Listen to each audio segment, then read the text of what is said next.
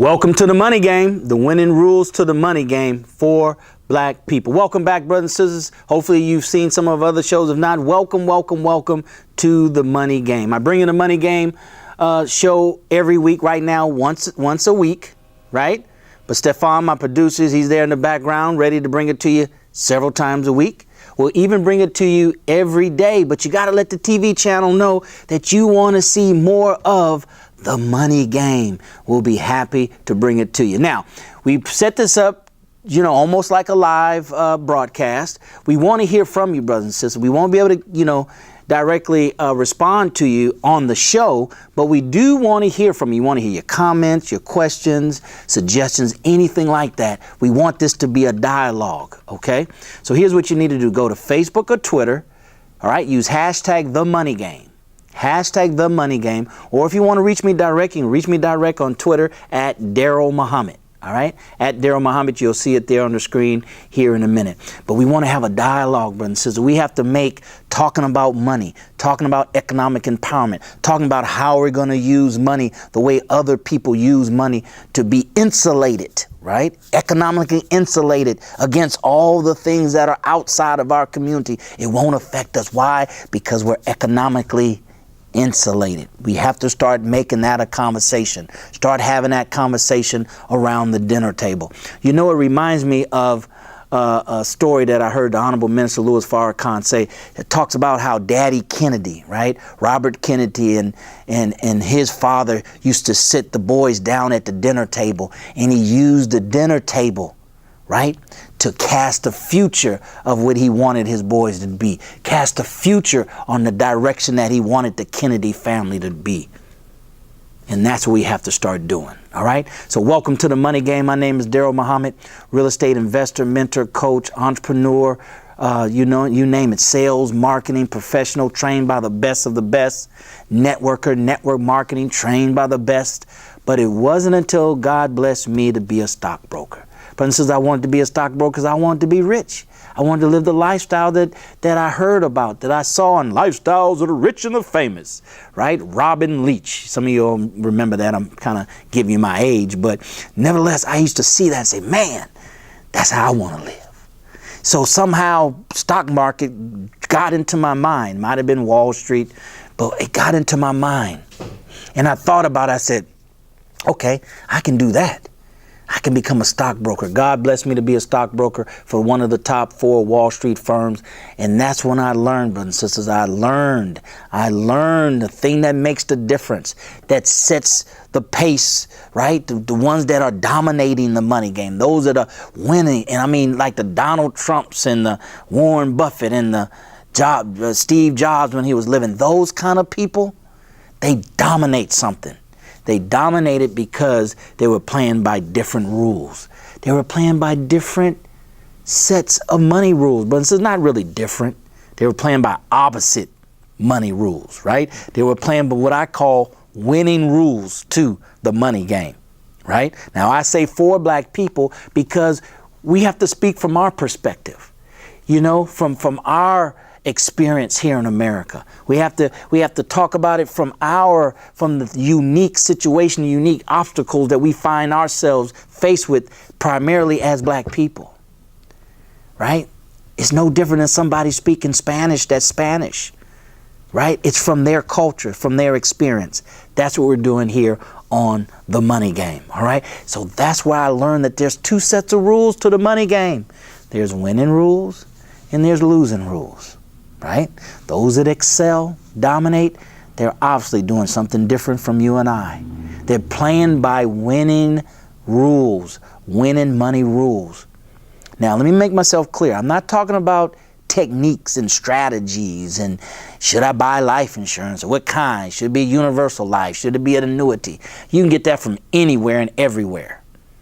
What they learned, the winning rules that they learned, brothers and sisters, is not shared so readily by people. It's not taught, at a university. It's not taught at a church. It's not taught at a mosque. It's not taught in those institutional environment, right? It's taught in closer circles, smaller environment, more private, more non-institutional.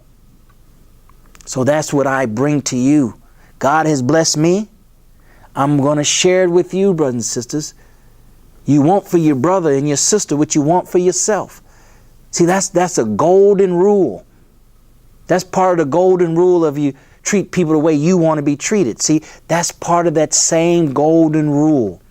You want for your brother and your sister what you want for yourself. So, and there's enough for all of us, right? There is no lack in the universe. I don't have to keep it to myself and not share it with you and not share it with the world, not share it with our entire black community. It's what we need. You know, it's what we need. Somebody said, well, money not everything. No, it's not. But it's second to oxygen. It's second to oxygen, brothers and sisters. What does that mean? That means if you're breathing in oxygen, you're alive, sooner or later, you're going to need money because you're going to be hungry. Sooner or later, you're going to get sleepy. You need to have a roof over your head. Sooner or later, you're going to need something that's going to require money here in America. Second to oxygen is money, right? Second to oxygen is money. Now, we're going to talk about today, all right? We're going to talk about today something that's very, very important. Very, very important. What we're going to talk about today, brothers and sisters, is income. Is income. The three types of income, right? And I want you to write this down. Now, I have my notes.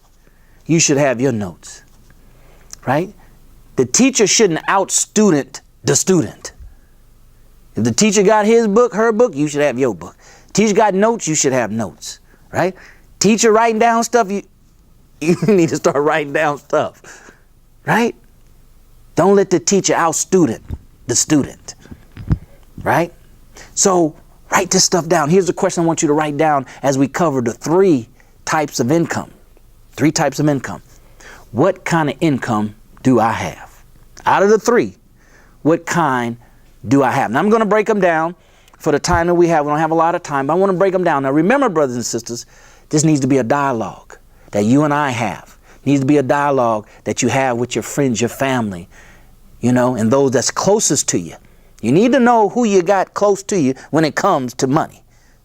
Their ideal of money, right? Their attitude towards money, their relationship with money, how they make money, how they save money, how they spend money.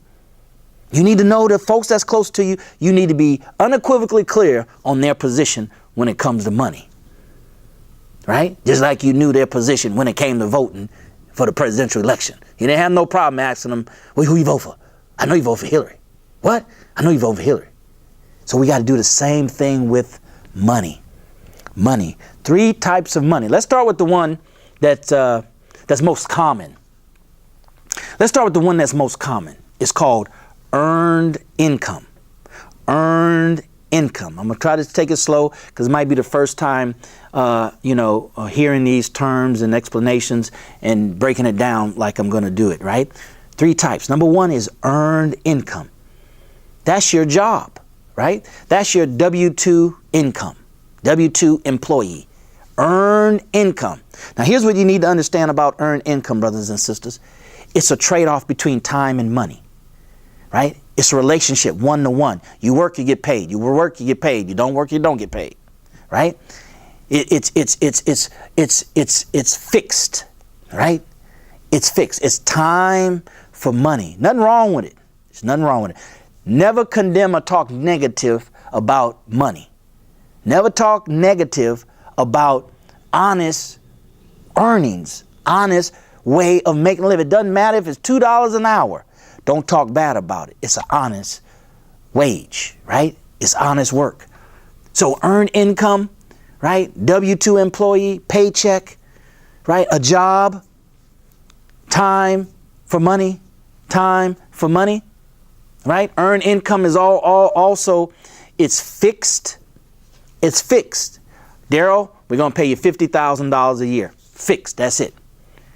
Right? You can work 40 hours a week, you can work 45 hours a week, you can work 50 hours a week. It's fixed. Right? Well, I get bonuses. I get overtime. It's still capped out. Right? You can only work so much overtime. Right?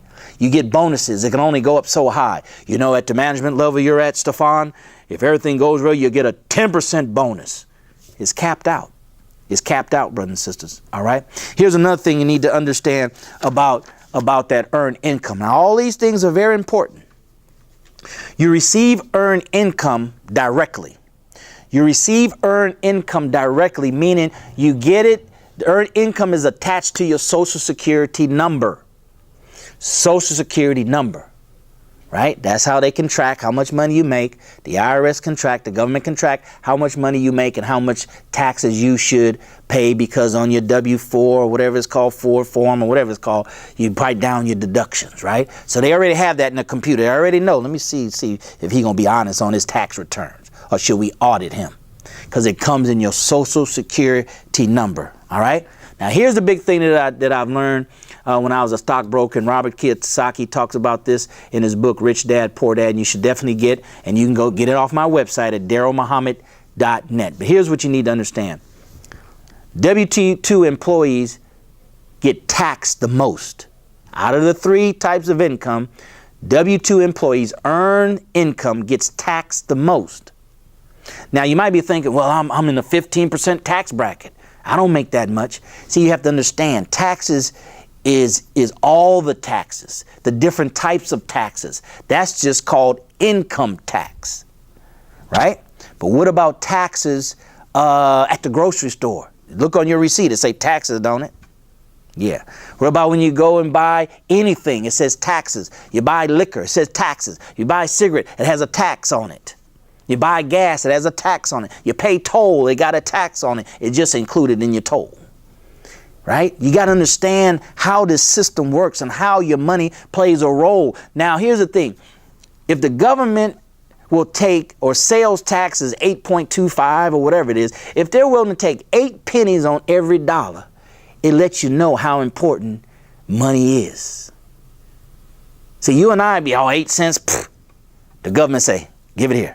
We'll take it, all of it, 0.25%, 8.25. We want the 2.5 as well. See, so when you understand money, money is money. It's not good, it's not bad, it's not a lot, it's not a little, it's just money. It's just money, right?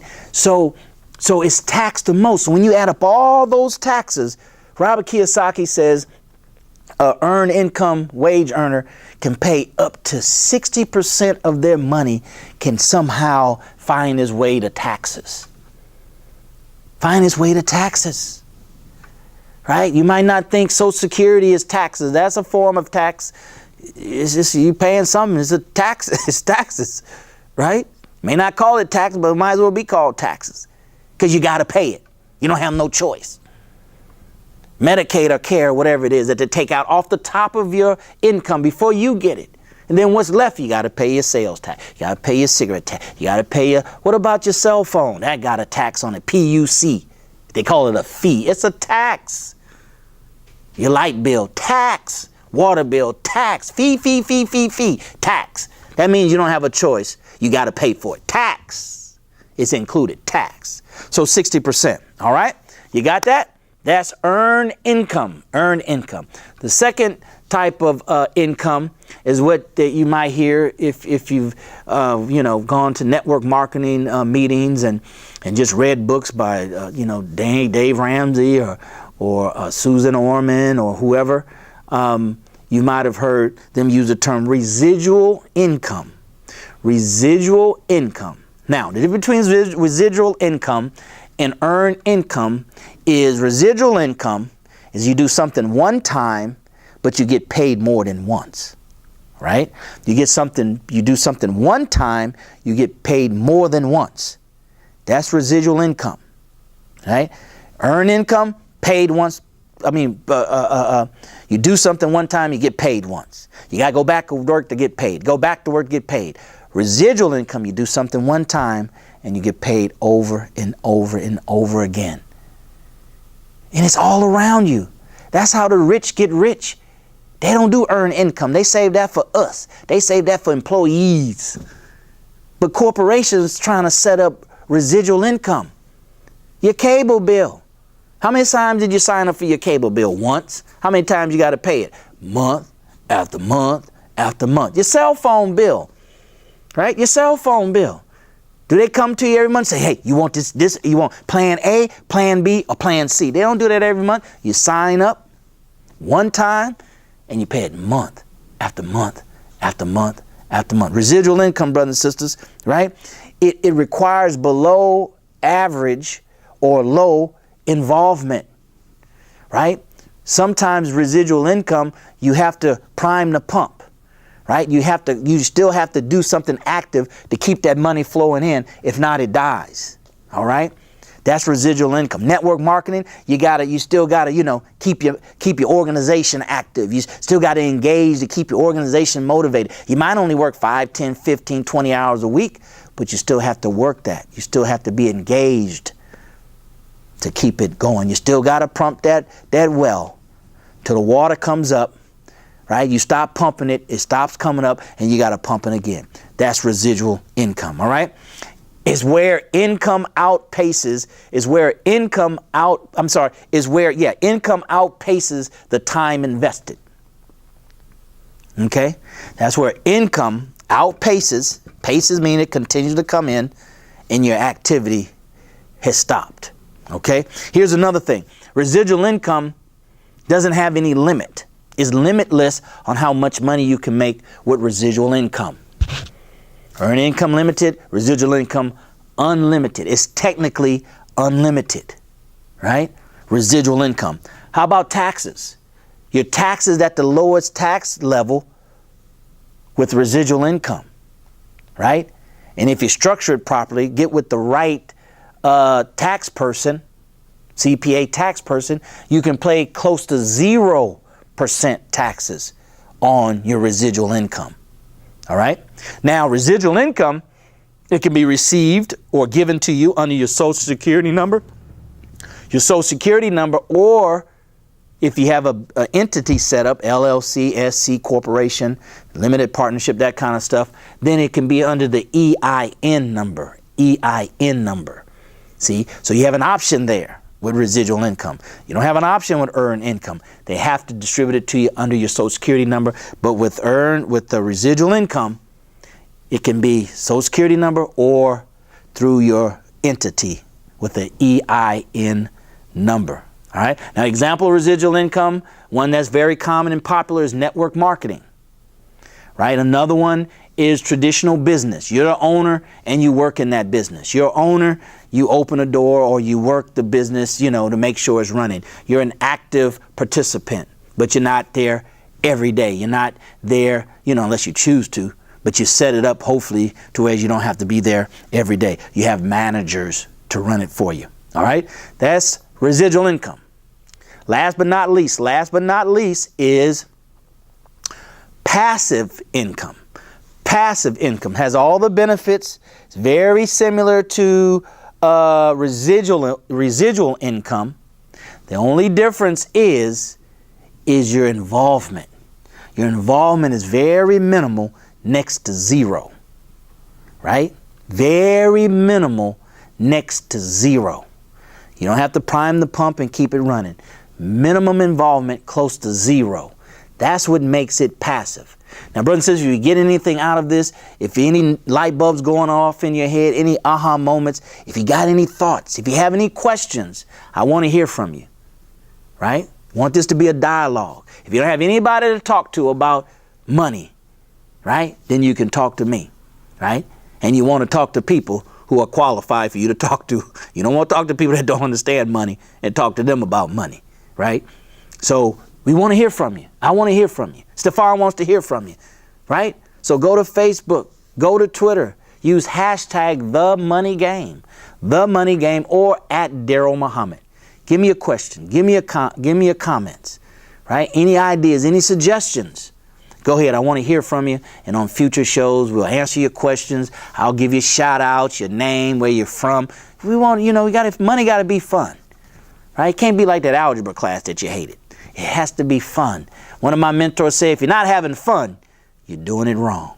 You're doing it wrong. All right. So number 3 is passive income. The only difference, brothers and sisters, is you have little to no involvement at all, and the money keeps on coming in, coming in. right? You can get to receive it on your Social Security number, or you can receive it through a business, your EIN number. Your EIN number. Okay? All right? Now, that's most commonly in real estate investing, income producing properties, we call it, right? Where you have somebody else managing it. Okay? At most, you get a monthly statement, right? At most, you meet with the management company once a month, right? At most, you review the books, review the numbers, get an email, conference call, Skype, or something once a month, right? Now, once you really get that thing churning, right? When you get it, clicking on all cylinders, then it might be every other week, right? Outside an emergency, or you give them guidelines, you give the marketing company, the management company, guidelines, and say, okay, if vacancy reached this level, call me. Expenses exceed this per month, call me. We'll have an emergency meeting so we can see what's going on. But outside of those guidelines, you can just only get your report and review it on a monthly, quarterly basis.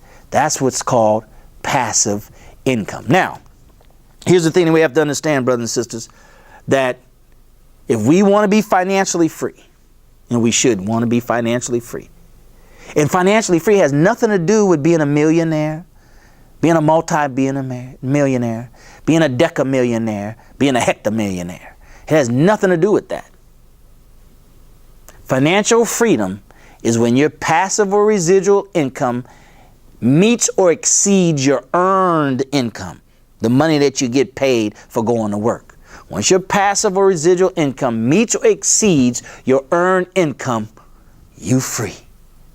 Use free, Toby, use free, right? You free, meaning that you don't have to continue to work and make the same amount of money, right? Now, you got to be very careful. What people do most often, unless they have discipline, what they do is as they increase their income, they increase their lifestyle, they increase their expenses. You can't do that. You just can't do that. That's not a winning rule to the money game. That's a losing rule to the money game. You keep everything the same. And then now you have that same amount, passive or residual. Now you can quit your job. Now the beautiful thing about it, if you don't increase your income, look what you've done. You saved all that money that you've made over here, passive as you've gotten up to the same amount as your earned income. That money is saved. Now you can pay down debt and be debt free when you're financially free. Now you can take that money and go invest and make more money and more money and more money. That's what you can do, brothers and sisters. So if you and I want to be financially free, then the objective is to have more passive or residual income than you have earned income, and you continue to build that passive or residual income. That's what you do. That's the money game.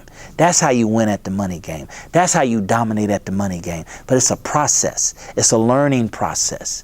It's a level of understanding. It's a level of commitment. It's a level of discipline. It's a level of execution.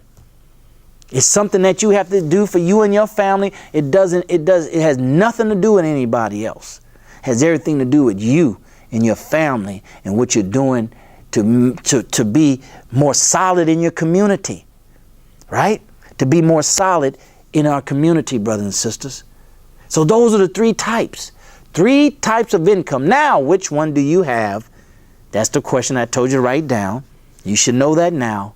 Now, the other question I want you to ask yourself is, which one do you want? Right? Which one do you want? Go ahead and send those to me. Go ahead and go to Facebook and Twitter, hashtag the money game, and put in there, I have earned income, or I have earned income and passive income and residual income. I want to hear from you. Put that information in there. Hashtag the money game, Facebook or Twitter, or Daryl Muhammad. All right? You got it? You got it? All right. As we always say, brothers and sisters, if we're going to win at the money game, we have to play with the winning rules. And we have to play only and exclusively by those rules. No other rules. We're not entertaining any other rules. And once your mind becomes real keen and sensitive and aware of the money rules, you'll start noticing them all around you, right? You'll start noticing some new ones. Why? Because they're related to each other, right? You'll be able to do that, and you'll be able to gather a good mind, a wealth philosophy, a wealth psychology of nothing but winning rules. So no matter how you spend money, where you spend money, who you spend it with, you'll use your winning rules to the money game to determine what you need to do with your money. Brothers and sisters, that's the only way we're going to make it, right? The handout, the gravy train is coming to an end. It's coming to a stop at the station, and it's not going to take off ever again. So we got to be ready, right?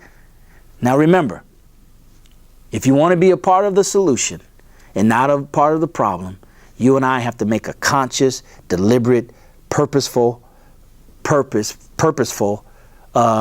attempt at it. We got to do it on purpose. It's not going to happen on accident. We got to do it. We got to become a conscious black consumer. What is that? That means you have to buy from black people, buy from black companies, buy from people, black salespeople that work for white companies, because they may not be a black business around. So then your next thing you're looking for is a black salesperson. Buy from them. Tip the black waiter because you're looking for a black waiter. Tip them. That's what you have to do. But you want to buy consumable products. Consumable products. These are products you buy that you use every day, every week, every month. Every day, every week, every month. You use them over and over again. Why? That way you have to buy them over and over again. You want to look for companies that black people that sell consumable items, food, toiletry, things of that nature. So we can start this circulation of the money in our community, brothers and sisters. And we can start employing ourselves, and we can be like other groups. We can be self-contained. Our money is self-contained, right? It can inoculate us from the economic problems that's outside because we're self-contained. All right? That's our message for today. Thank you for watching The Money Game, the winning rules to the money game. My name is Daryl Muhammad. Happy to bring you this information, brothers and sisters. Share, and tell everybody about The Money Game. And as always, we'll see you at the top, not from the top, because you, your family, but most importantly, our black community deserves your very best. Take care. God bless.